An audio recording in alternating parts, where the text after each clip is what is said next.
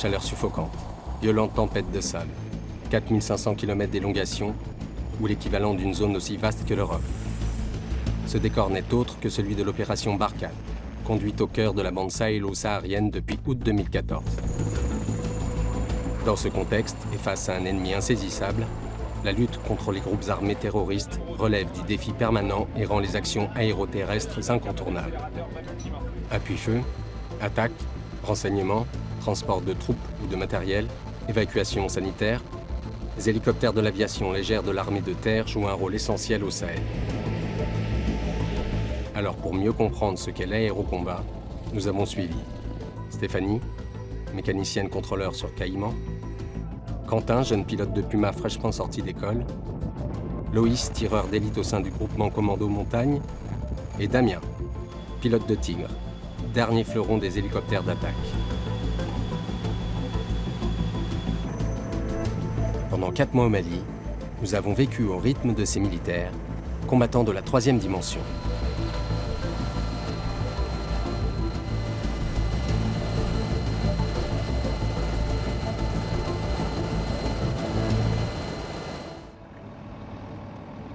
C'est à un poste de commandement temporaire de l'opération Barkhane que nous faisons la connaissance du lieutenant-colonel Meunier, le commandant du groupement tactique désert spécialisé dans l'aérocombat. Le GTDA regroupe plus de 300 personnes issues de toutes les armes globalement et de toutes les couleurs de l'armée de terre. C'est bien un groupement totalement interarmes que j'ai l'honneur de commander. Ces missions reprennent l'ensemble des spectres des missions d'aérocombat auxquelles sont adjointes la capacité du groupe Commando Montagne qui permet d'utiliser des modes d'action typiquement commando en interaction avec nos hélicoptères.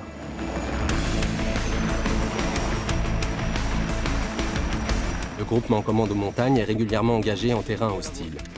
Ces soldats sont capables d'agir en tout temps et en tout lieu et maîtrisent parfaitement les techniques de l'aérocombat.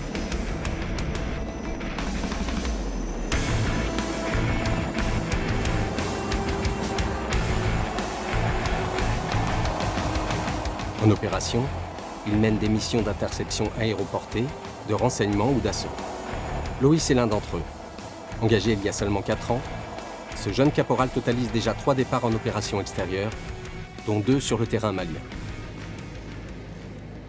On travaille beaucoup avec la latte, ce qui nous permet d'avoir de grandes élongations et on travaille vraiment main dans la main avec eux autant qu'on peut pour pouvoir bénéficier d'une action commando presque n'importe où. C'est hyper intéressant.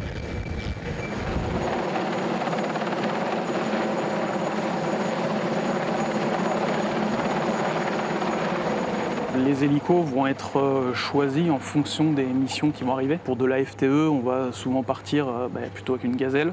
Ça peut arriver en Cougar, mais principalement la gazelle. Et pour embarquer tous les équipiers commando, ça va être du Puma, du Cougar ou du NH. Le GCM, avec la latte, on est très polyvalent dans les missions. Cette adaptabilité est rendue possible notamment grâce aux manœuvres d'aérocordage.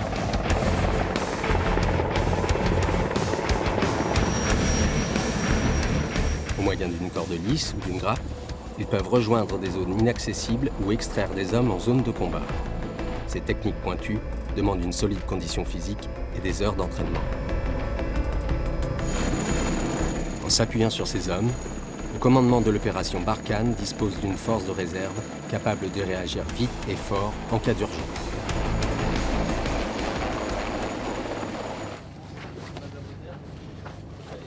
Notre cœur de métier ici au Mali, c'est de pouvoir travailler sur ordre, de pouvoir partir à n'importe quel moment, être en alerte 24 heures sur 24, jour comme nuit. Et on est toujours prêt à ça, tous nos équipements sont prêts. Je suis équipé d'un HK417, donc c'est un fusil semi-automatique en 7,62. Il est équipé d'une Elcan, c'est un optique qui grossit de 1 à 4 fois. Et c'est une très bonne optique qui nous permet d'avoir une assez bonne vue sur les missions d'AFTE.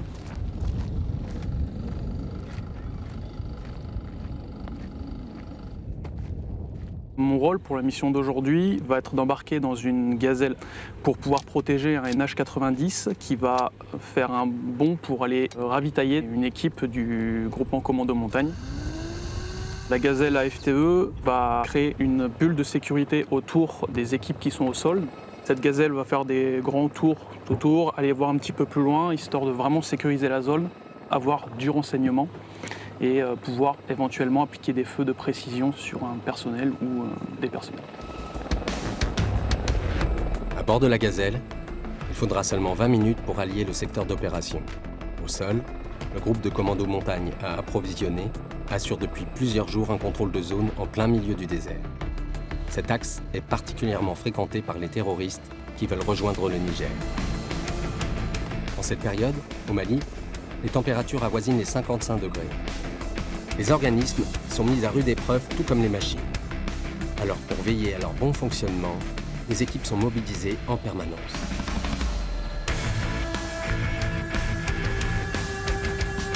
À Gao, nous rejoignons l'adjudant-chef Stéphanie, qui est chargé du maintien en condition opérationnelle des hélicoptères et plus particulièrement du NH90 Caïman. Mon travail de tous les jours sur le théâtre consiste à effectuer et à contrôler des tâches de maintenance, qu'elles soient curatives ou préventives. Et voilà, je travaille avec une équipe. Et le but, c'est rendre de la disponibilité pour que nos pilotes puissent voler en toute sécurité. Le NH90, ce sont des entretiens à la pièce, établis sur un plan de maintenance plus des curatifs que l'équipage nous donne. En termes de maintenance, c'est beaucoup d'échanges à la pièce, beaucoup d'électronique, ça marche bien. En aéronautique, aucune place n'est laissée au hasard. Les examens sont nombreux, minutieux, implacables. La mécanicienne a très souvent le privilège de prendre les commandes du NH90. Non pas pour le piloter, mais pour procéder au contrôle des tâches de maintenance. Dans le jargon, c'est ce qu'on appelle faire un point fixe. Cover et safety. Enlever safety pin. Parfait, ACP connecté fond, les batteries mode normal. Oui. Le stand-by horizon est bien gadget. Oui. Ok, le light test performe, allez, Ok. je fais l'overhead. Oui, je peux. Partie centrale et basse. Et ok pour l'overhead. Cette opération, effectuée au sol, lui permet de vérifier le bon fonctionnement des moteurs très éprouvés dans le désert. Car l'un des ennemis de l'hélicoptère est bien la fine poussière de sable, particulièrement abrasive. Une fois le point fixe terminé, le pilote reprend sa place. Ensemble, ils partent pour une deuxième série de vérifications qui se fera, cette fois, dans les airs. On va faire un stationnaire de sécurité et un vol de sécurité pour vérifier un petit peu tout ce qui est mécanique de vol. Voir si véritablement tout ce qu'on a monté est bien monté et que ça ne s'enlève pas au moment où je vais mettre en puissance l'hélicoptère. Nous partons avec un pilote et moi-même, le contrôleur, à équipe réduite pour être en sécurité sur cette opération de vol. Le NH90 Caïman est le grand frère du Puma. Cet hélicoptère de manœuvre dernière génération peut embarquer 14 combattants, leur matériel et 5 membres d'équipage. Symbole de cette nouvelle génération d'appareils, il ne chasse pas pour autant le Puma, toujours en service et toujours aussi vaillant. Sur le tarmac de Gao, nous retrouverons justement le lieutenant Quentin, qui pilote cette infatigable machine.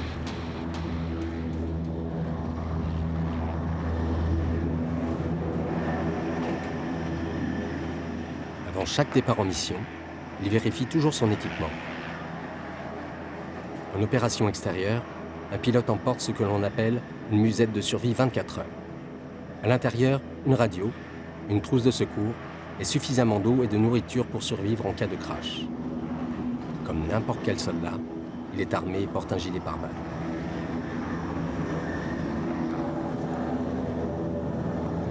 Pilote de Puma, on va dire qu'on travaille en équipage dans la machine. C'est le pilote, donc c'est ce que je suis sur cette opération, le commandant de bord qui est à gauche et le mécanicien navigant. Donc pour le commandant de bord, on va voir tout ce qui est gestion de la mission, la navigation, etc. Le pilote, on va dire, c'est plus ou moins l'exécutant, c'est-à-dire qu'il va se charger du choix de la trajectoire, de voler en sécurité. Le mécanicien navigant, il va être là, il fait partie de l'équipe, il va être pour tout ce qui est calcul d'autonomie, de la masse offerte pour les troupes. Alors le Puma, c'est un hélicoptère d'ancienne génération. C'est-à-dire qu'on va dire par rapport au Caïman ou au Cougar qui sont plus récents, surtout le Caïman qui est de nouvelle génération, il va emporter un petit peu moins. Donc c'est une machine qui est assez vieille mais qui est fiable. Il est plus rustique parce que les mécanos le connaissent depuis 60 ans et que forcément c'est une machine qui a moins d'électronique par rapport au Caïman. Donc c'est peut-être plus facile à faire les premières réparations que sur le Caïman. C'est un petit peu comme comparer une 2 chevaux et une voiture moderne peut-être. Nous, on fait tout ce qui va être transport de personnes, transport de logistique. On peut faire du posé d'assaut, donc c'est-à-dire des poses de troupes au front. On a tout un panel de missions pour les hélicos de manœuvre. On peut monter jusqu'à 7 tonnes 4 avec une dérogation. Suivant les configurations qu'on met, on peut emporter plus ou moins de personnel. On peut monter jusqu'à 12. Après, tout ce qui va influer dessus, ça va être la température. Parce que plus la température est haute, plus les performances sont dégradées. L'altitude à laquelle on va travailler, donc sur Mali, c'est pas trop gênant. Suivant ce qu'on va mettre en kérosène, si on a besoin d'aller loin ou pas trop loin. Voilà.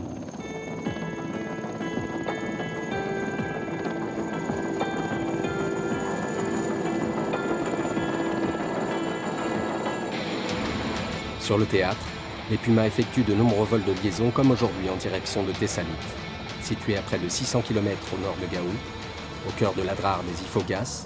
Tessalit est la base française la plus au nord du Mali, près de la frontière algérienne. Cette zone, très fréquentée par les djihadistes, n'est pas sans danger pour les militaires. À bord du Puma, c'est donc le gunner qui assure la sécurité. Ces tireurs embarqués ont pour mission de renseigner, mais surtout de réaliser des tirs de précision en cas de menace.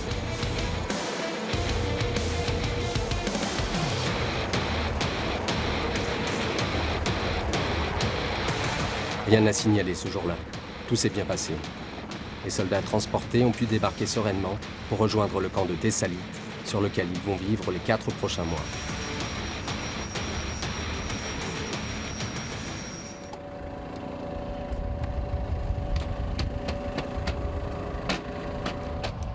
De retour sur le tarmac de Gao, les mécaniciens s'affairent autour d'un Tigre.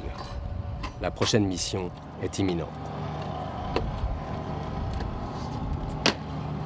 Donc là, on se prépare à décoller. Alors, je viens récupérer mon équipement pour partir en vol. Et ensuite, donc on va faire le tour de la machine, un dernier check pour vérifier que tout fonctionne bien. Et on décollera. Voilà. Vous avez qu'à me suivre. Le lieutenant Damien, pilote de Tigre, en est à son 2e mandat au Mali. Lui aussi a son rituel immuable. C'est le tour d'hélico. Alors à l'intérieur du Tigre, il y a 2 membres d'équipage, un pilote à l'avant, donc c'est un cockpit en tandem, et un chef de bord à l'arrière. Moi, mon boulot, c'est plus m'occuper de la trajectoire de l'hélicoptère et de l'hélicoptère en général. Et à l'arrière, donc le chef de bord, lui, il s'occupe plus de la gestion de la mission et de l'armement. Alors à partir du moment où je fais le tour de ma machine, donc juste avant de monter dedans, je m'isole complètement de tout ce qu'il y a à l'extérieur et je me concentre simplement sur la mission que j'ai à accomplir et sur mon travail en équipage avec mon chef de bord pour qu'on soit le plus synergique possible.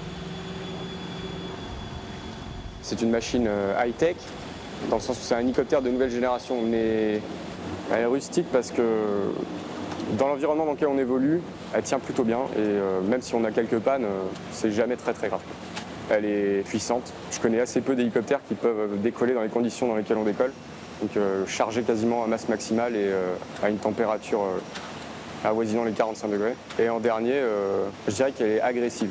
Dans son look, quand on voit un tigre, on arrive tout de suite à identifier quel hélicoptère c'est, même s'il est loin. Le Tigre est entré en service dans la Lat il y a une dizaine d'années.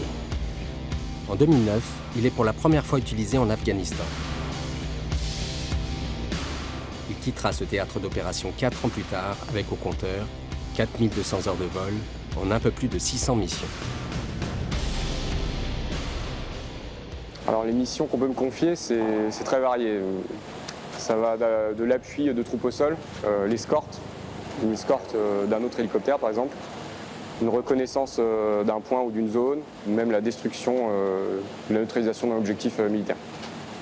Un exemple simple, on devait faire une simple escorte entre 2 bases de Barkhane. Et en fait, nous avons été redirigés et à partir de là, tout s'est déclenché très rapidement. On a dû faire 3 rotations, donc ça fait plus de 3h30 à chaque fois.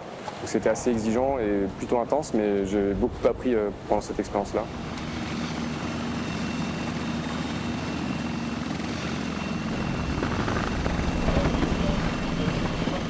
Alors les qualités pour être un bon pilote, j'en vois deux principales qui me sautent aux yeux. C'est d'abord la remise en question. On peut connaître beaucoup de choses, mais il y a toujours au moins autant à apprendre. En fonction des conditions, tout peut être remis en question. Donc la deuxième, c'est l'humilité. C'est pas parce qu'on a, 1000 heures de vol qu'on ne peut pas apprendre à chaque fois une nouvelle chose sur la machine. Cet oiseau de fer de plus de 6 tonnes, composé de Kevlar et de carbone, est un redoutable atout au combat. Une présence rassurante pour les troupes au sol, une arme de dissuasion massive pour l'adversaire. Et comme pour le reste de cette étrange ménagerie, caïman, gazelle, puma, cougar, sa disponibilité est un enjeu majeur. Au quotidien, la rapidité et l'agilité des hélicoptères permettent à la force Barkhane de s'affranchir des étendues gigantesques du Sahel et de ses obstacles. La lutte contre le terrorisme est aussi une guerre de mouvement. Le GTDA a effectivement cette capacité à aller vite, fort, loin, à agir rapidement. Les maintenanciers œuvrent jour, nuit, dès qu'il y a un moment de pause pour remettre en état nos hélicoptères et permettre ainsi à la force Barkhane de conserver une disponibilité maximale, une capacité de réaction optimale en fonction des missions. Tous, sans exception, sont des pions essentiels qui permettent au GTDA de conserver en permanence cet outil de combat.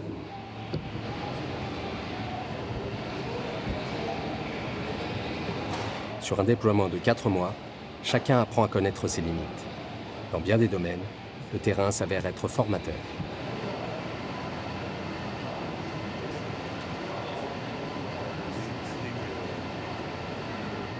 Ce que je recherche, c'est un petit peu l'épanouissement de tout ce que j'ai appris, transmettre toutes les valeurs et la connaissance en fait, que j'ai acquise et travailler en équipe. À un moment donné, on vous donne une mission, il faut qu'elle soit aboutie dans un temps vraiment imparti et ça me plaît. Je pense que la meilleure qualité sur théâtre en tant que mécanicien, c'est l'humilité. Être humble, accepter d'avoir tort, accepter de revoir son jugement en équipe. Il n'y a pas de surhomme, il n'y a pas de personne qui sache plus de choses que d'autres.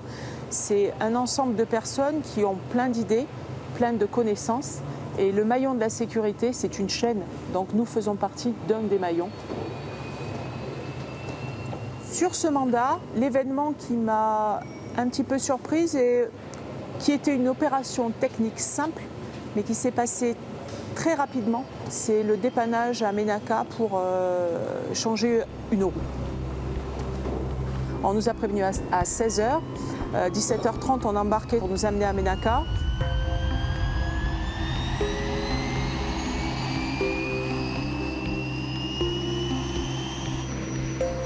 Ce soir-là, les équipes de mécaniciens embarquent sur Puma pour dépanner un caïman qui doit dès le lendemain partir en mission avec les commandos du GCR.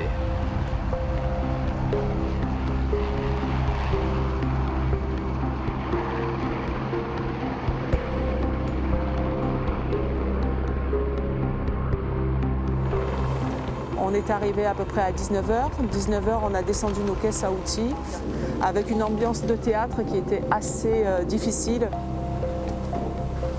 On s'en est même pas rendu compte parce que toute l'équipe derrière était là pour nous protéger et faire en sorte que l'hélicoptère retrouve sa disponibilité.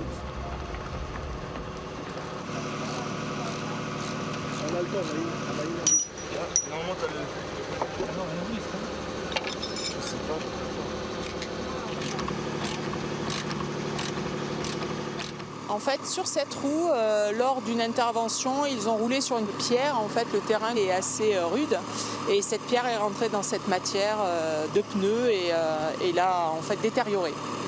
Ce qui serait dangereux, en fait, ça serait un petit peu à l'image de votre voiture sur un pneu sous-gonflé, un éclatement à 130 km/h. Imaginez un hélicoptère à plus de 9 tonnes avec de l'équipage à bord, ça pourrait être catastrophique pour l'équipage. À chaque démontage et remontage d'une roue, on est obligé de regresser un coup les roulements en fait. On est venu changer la roue complète et après en maintenance à Gao, on changera le pneu de cette roue.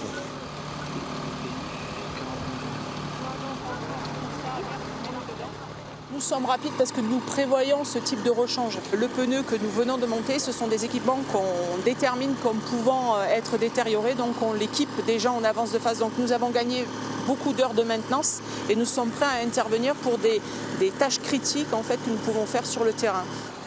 l'illustration même de la souplesse d'emploi de ce détachement.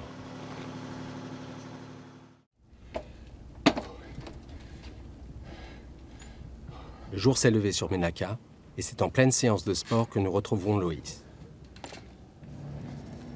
Comme beaucoup de militaires, les commandos s'imposent une hygiène de vie stricte pour maintenir leur capacité physique. Endurance et robustesse sont les maîtres mots pour ces hommes habitués à être lourdement équipés. J'ai choisi le GCM parce que c'était l'unité phare de mon bataillon et il faut essayer de s'engager pour aller un petit peu toujours plus loin et ça permet d'évoluer aussi. Malgré mon jeune temps de service, ça m'a permis de garder un élan de tout le temps pour évoluer rapidement et c'est hyper intéressant. On privilégie une personne à un seul poste pour qu'il soit le plus performant possible. Mais il arrive de temps en temps qu'il y ait des personnes qui ont une double spécialité, comme je peux avoir. Je suis tireur longue distance et peut être utilisé en tant que chef cellule radio. Ça va permettre de faire le lien entre le DL, donc le DL tactique, les grands chefs, et l'équipe qui est au sol. Et ce, n'importe où, par des liaisons satellites, on arrive à sans cesse avoir la liaison avec nos chefs. Ce qui concerne par exemple l'équipier radio, on va dire, du groupe. Si, admettons, il se retrouve blessé, il faut qu'on puisse être capable de le remplacer efficacement.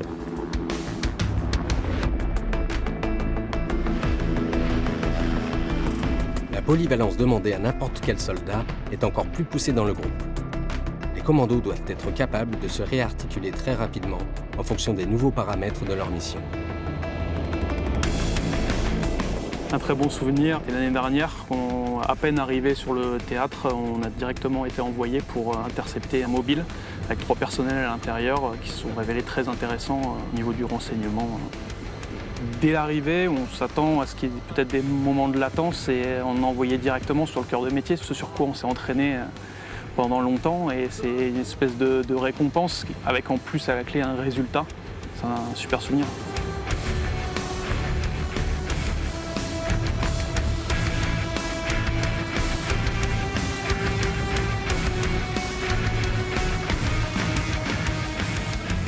De son côté, Quentin, le pilote de Puma, attend beaucoup de sa première mission en opération extérieure. On va dire que c'est un petit peu une découverte d'un monde inconnu puisque moi je sors de quasiment 9 ans d'école. Donc ça va être la découverte de ce qui se passe vraiment en mission.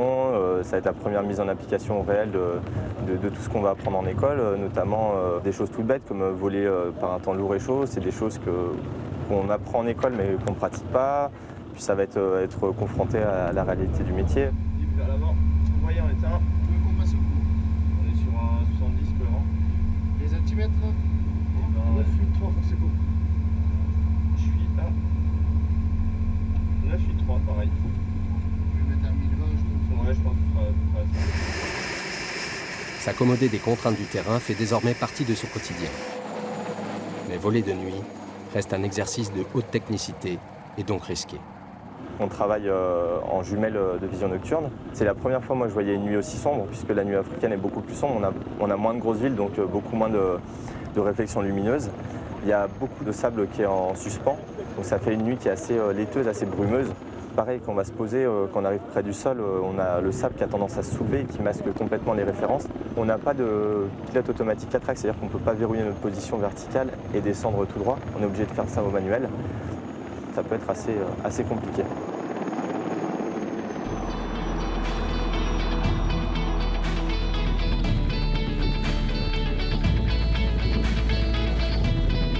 Les semaines passées avec ces hommes et ces femmes nous ont permis de mieux appréhender l'apport de ces spécialistes de l'aérocombat à la force Barkhane. Comment un chef ne pourrait-il pas être fier de ces hommes? Évidemment, je suis extrêmement fier de tout ce qu'ils font.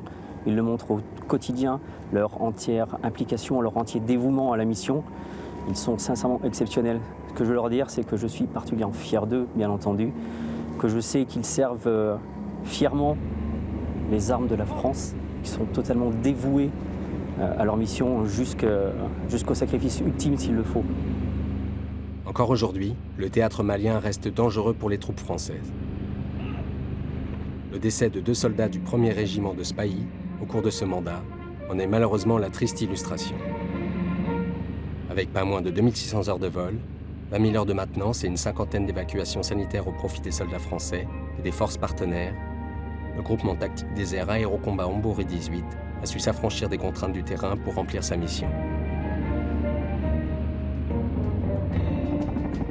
Depuis août dernier, 3 hélicoptères Chinook de la Royal Air Force ont rejoint la plateforme de Gao, concrétisant ainsi les accords de coopération militaire entre le Royaume-Uni et la France et permettant à la force Barkhane d'augmenter considérablement ses capacités d'aéromobilité. De leur côté, Stéphanie, Quentin, Loïs et Damien sont rentrés en France retrouver leurs proches et se préparent pour de prochains départs.